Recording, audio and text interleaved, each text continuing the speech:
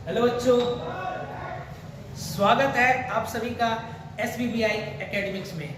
मैं आपका दोस्त व गुरु मदन पासवान आज की इस क्लास में स्वागत करता हूं आप सभी का।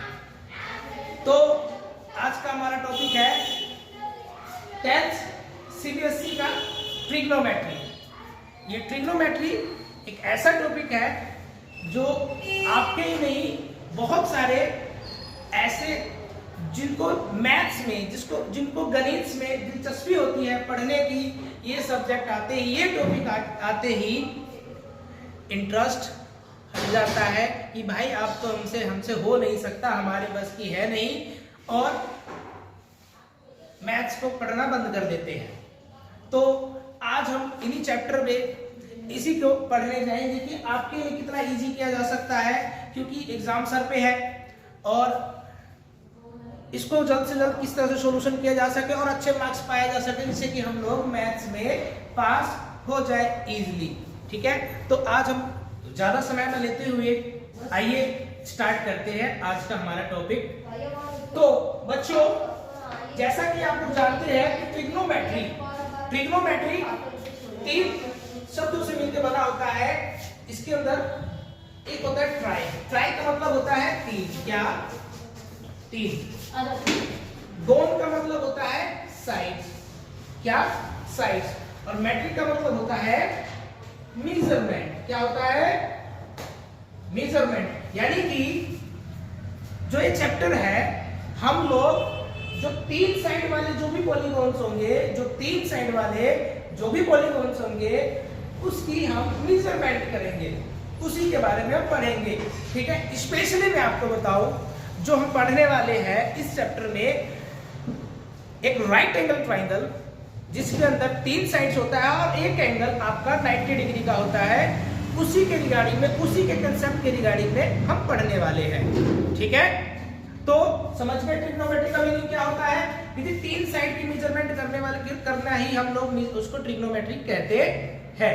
तो बच्चों आगे बढ़ते हैं। तो सबसे पहले इसके अंदर टॉपिक हमारे आप यूज करेंगे, हम लोग करेंगे पाइथागोरस थ्योरम का। किस लिए करेंगे? किसका करेंगे हम? पाइथागोरस थ्योरम का। और पाइथागोरस थ्योरम में होता क्या है? एक राइट एंगल ट्रायंगल होता है। जैसे एग्जांपल आपके सामने ड्रॉ है कि राइट एंगल ट्रायंगल है ABC और एक बी पॉइंट पे राइट एंगल बना हुआ है। ये सिंबल आपको पता चल रहा है। और आपको पता भी होगा कि पाइथागोरस थ्योरम में कि जो 90 डिग्री होता है, इसके सामने वाले जो साइड होता है, इस वाले साइड को, जो लॉन्ग साइड होता है, इसको हम लोग बोलते हैं हाइपोटेन्यूज। क्या बोलते हैं हम? हाइपोटेन्यूज। इसको हम लोग कैपिटल X से डिनोट करते हैं। इसके अलावा जो ट्रिग्नोमेट्री में करने वाले हैं कि कोई भी एक हमें साइड बताया होगा, गिवन होगा। क्या होगा? कोई भी एक एंगल, साइड नहीं, कोई भी एक एंगल हमें गिवन होगा।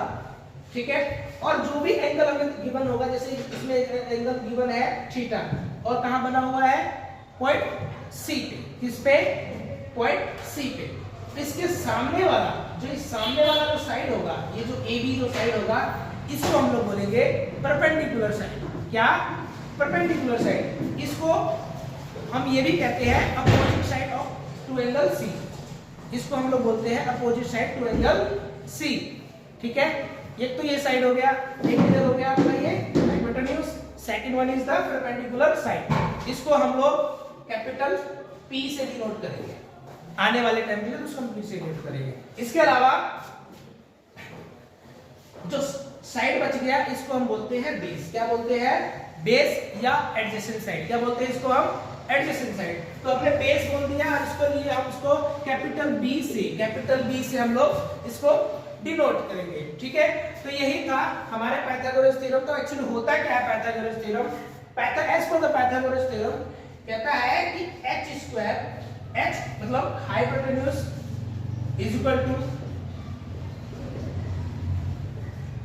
यही होता है हमारा पाइथागोरस थ्योरम कि हाइपोटेन्यूज का स्क्वायर क्या is equal to perpendicular square plus base square. इन दोनों का स्क्वायर को अगर हम प्लस करते हैं तो ये हाइपोटेन्यूज के स्क्वायर के बराबर आ जाता है। और इसका यूज हम कहां करते हैं? इसका यूज हम करते हैं अननोन साइड को जानने के लिए।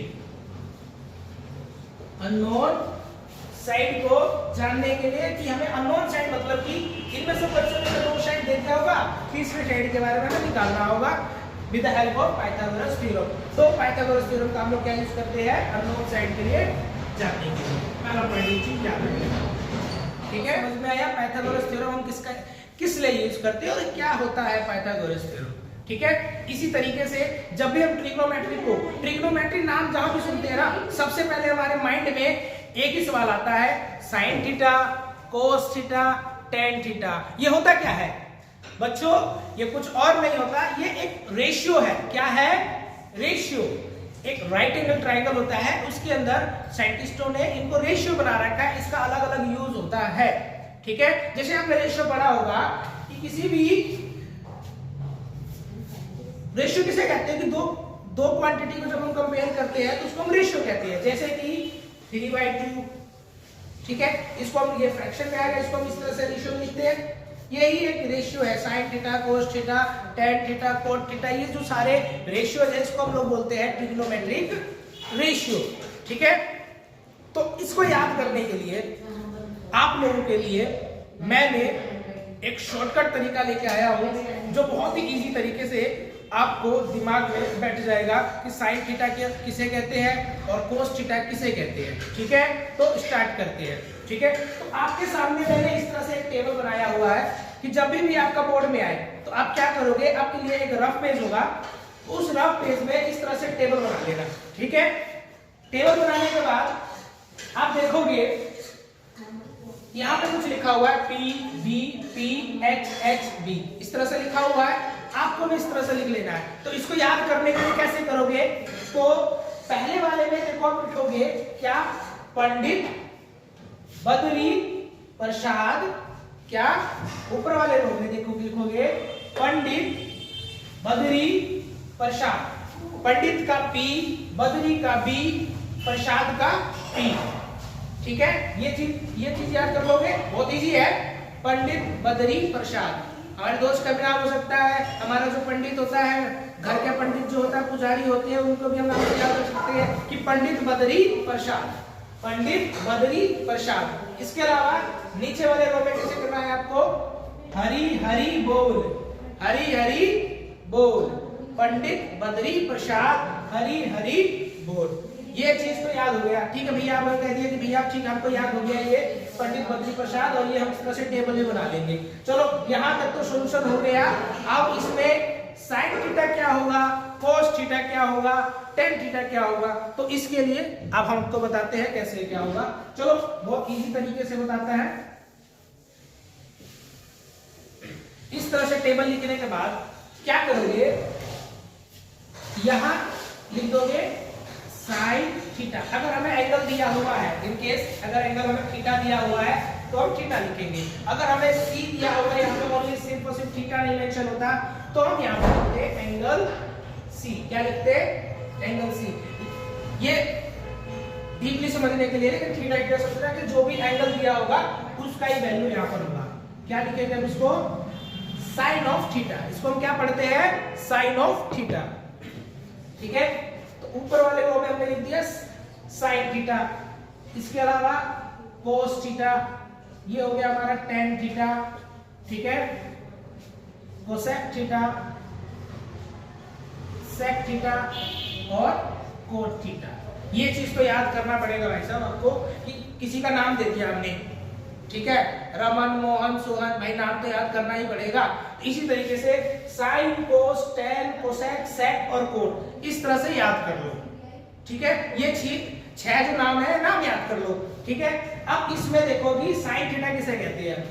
देखो ऊपर से अब आओगे, साइन थीटा जो है P/H, perpendicular upon H, hypotenuse. क्या?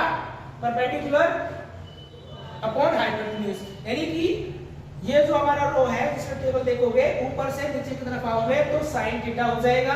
इसी तरीके से कोस थीटा में आओगे, बेस अपॉन हाइपोटेन्यूज, ठीक है, ऊपर से tan theta perpendicular upon base.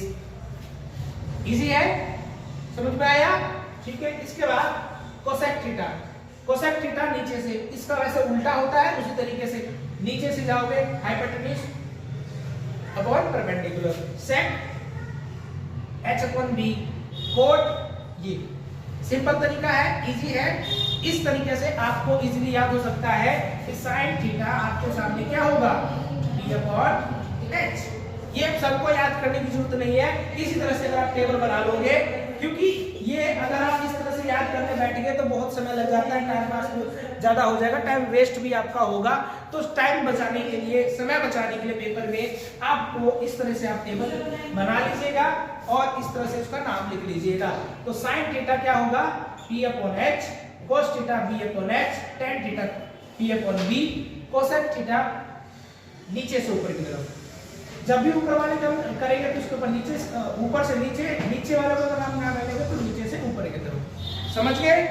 Cosec theta भी क्या होगा, H/P, सेक क्या होगा, H/B, कोट क्या होगा, B/H। आज के वीडियो में हमने ट्रिग्नोमेट्रिक रेशियोज के बारे में पढ़ा। अगले वीडियोस में हम लोग पढ़ने वाले हैं कि ट्रिग्नोमेट्रिक आइडेंटिटीज क्या होता है, उसके बेस पे क्वेश्चंस कैसे सॉर्ट आउट करेंगे, जो कि आपके CBSE एग्जाम बोर्ड में आने वाले हैं। ठीक है, धन्यवाद।